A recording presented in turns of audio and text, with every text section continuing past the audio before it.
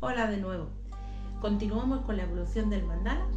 Vamos a terminar este recorrido en el siglo XX, parándonos en una figura fundamental para la historia del mandala, como fue el psiquiatra suizo Carl Gustav Jung. Nació en 1875 y fue conocido por desarrollar la psicología analítica. Él, de manera espontánea, lo descubrió lo que era el símbolo del mandala por medio de sus sueños. Desde chico siempre había soñado mucho y su gran afán era la interpretación de esos sueños. Entonces, al principio se limitaba a hacer dibujos, después pinturas, sobre los sueños que había tenido, pero ninguno de ellos terminaba de darle la apariencia de que eran el significado real de lo que él había soñado, porque además sus sueños se hacían conscientes, o sea que él llegaba de pasar del inconsciente a seguir soñando dentro de la etapa de la conciencia, con lo cual se acordaba perfectamente de todo lo que había soñado.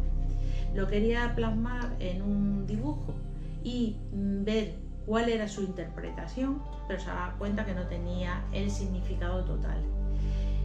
Empezaron a surgir de repente, de manera así espontánea, unos círculos, que eran unos grandes círculos que tenían en su interior un círculo más pequeño.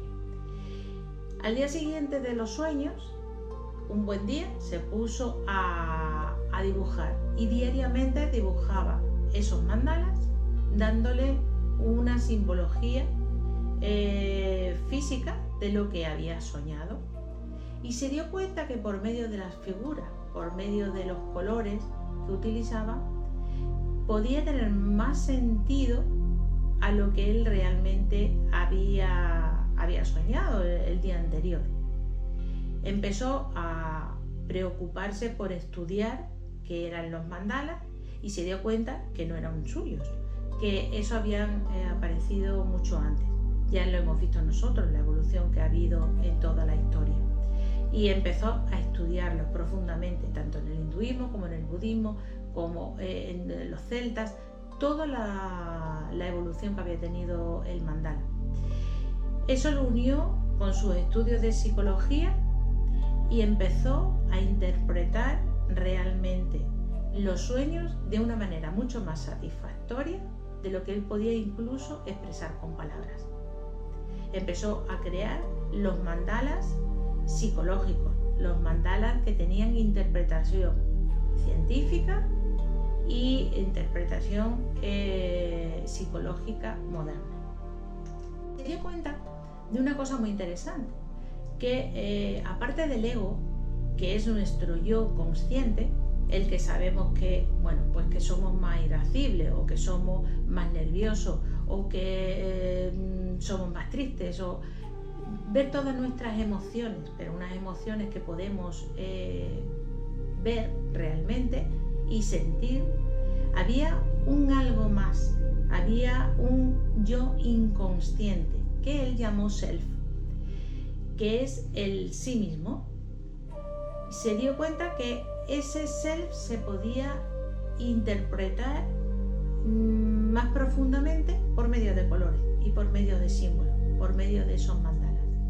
Entonces lo hizo en profundidad y lo desarrolló en diferentes libros, aunque no de manera continua, y él no hizo ningún libro de mandalas, sino lo que hacía era meter algunas experiencias y algunos mandalas en sus diferentes libros, salvo en uno, en el libro rojo, que es un libro muy interesante, en el que sí podemos ver el desarrollo de una serie de mandalas y podemos observar la evolución de esos mandalas y la diferencia de unos con otros, según sus sentimientos y según sus emociones, unos días y otros días, con colores más fuertes, con colores más débiles, con más intensidad en una figura en concreta. Ya iban tomando forma y tomando vida ese yo interior. ¿Qué hizo? Fue pensar, si a mí me va bien la interpretación y me ayuda los mandalas, los voy a incorporar dentro de mi terapia en el hospital donde él trabajaba. Entonces él veía diariamente pacientes de todos los grados de problemas mentales que pueden existir. Y lo que más le llamaba la atención y lo que más le interesaba era no tratar a todos los pacientes, tuvieran el grado de problema mental que tuvieran, con medicamentos, sino intentar ver que los que estaban más leves se podían solucionar de otras maneras más sencillas, más naturales. Entonces incorporó la utilización de los mandalas como herramienta terapéutica y se dio cuenta que los enfermos podían expresar por medio de esos mandalas lo que no sabían decir con palabras. Y muchos de ellos, incluso al cabo de un tiempo, le fue dando resultados, le fue dando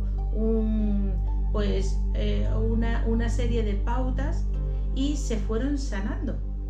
Entonces no hacía falta tenerlos medicados toda la vida, sino simplemente interpretar cuál era su problema, cuáles eran sus bloqueos y desbloqueando todo aquello que le perjudicaba mentalmente para ir progresando en la vida, pues le podía hacer sanar e incluso tener el alta médica e irse de los hospitales.